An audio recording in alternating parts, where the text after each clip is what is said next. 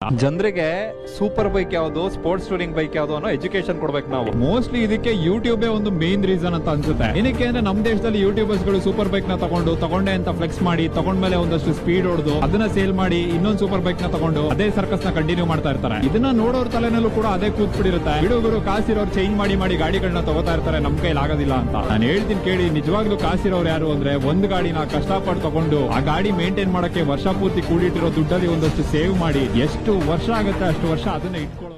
4 lakh bonus ಬಂದ್ರೆ college ಹೋಗೋ ಮಕ್ಕಳಿಗೆ ಮೊಬೈಲ್ ಕೊಡಿಸ್ಬೇಕು, ಹೆಂಡತಿಗೆ ಒಡವೆ ಕೊಡಿಸ್ಬೇಕು, ಅಥವಾ ಫ್ರೆಂಡ್ಸ್ ಜೊತೆ ಸೇರ್ಕೊಂಡು ಒಂದು ಥೈಲ್ಯಾಂಡ್ ಟ್ರಿಪ್ ಹೋಗ್ಬೇಕು ಅಂತ ಪ್ಲಾನ್ ಮಾಡೋರ್ಗಲ್ಲ ಈ ಗಾಡಿ. ಮಕ್ಕಳು ಹೆಂಡತಿ ಫ್ರೆಂಡ್ಸ್ ಕೊಡುವಂತ ಕ್ವಾಟ್ಲೆಯಿಂದ ಅಯ್ಯೋ ಭಯ ಅಂತಾರೆ. ಈ ತರ ಡೈಲಾಗ್ ಬೇರೆ ಹೊಡಿತಾರೆ. ಲೈವ್ ಅಲ್ಲಿ ಕುತ್ಕೊಂಡು ಡೈಲಾಗ್ ಹೊಡೆದ್ಬಿಟ್ಟು ಕಾಲಿಗೆ ಬಿದ್ರಲ್ಲ ಹಂಗೆ ಹೋಗ್ಬಿಟ್ಟಿದೀನಿ. ಯೂಟ್ಯೂಬ್ ಅಂತಾನೆ ಅಲ್ಲ, ಪ್ರತಿ ಫೀಲ್ಡ್ ಅಲ್ಲೂ ಇರುವಂತ ಕರಾಳ ಸತ್ಯನ ನಾವ್ ಹೇಳ್ಬಿಟ್ರೆ ಜನ ಉಗಿದ್ ಬಿಟ್ಬಿಡ್ತಾರ ಅವ್ರನ್ನೆಲ್ಲ. ಇಷ್ಟು ದಿನ ನಾವ್ ಇವ್ರಿಗೆ ಸಪೋರ್ಟ್ ಮಾಡಿದ್ವಾ ಇರ್ಬೋದು, ಬಟ್ ಆ ಗಾಡಿ ಈ ಗಾಡಿ ಎರಡು ಮಾಡೋ ಕೆಲಸ ಒಂದೇ. ಆ ಗಾಡಿ ಈ ಗಾಡಿ ಓಡಿಸೋ ಎಲ್ಲಾ ರೈಡರು ಒಂದೇನೆ. ಯಾರು ಪ್ರೀತಿಯಿಂದ ಅವನ ಗಾಡಿನ ಓಡಿಸ್ತಾನೆ ಅವನೇ ರೈಡರು.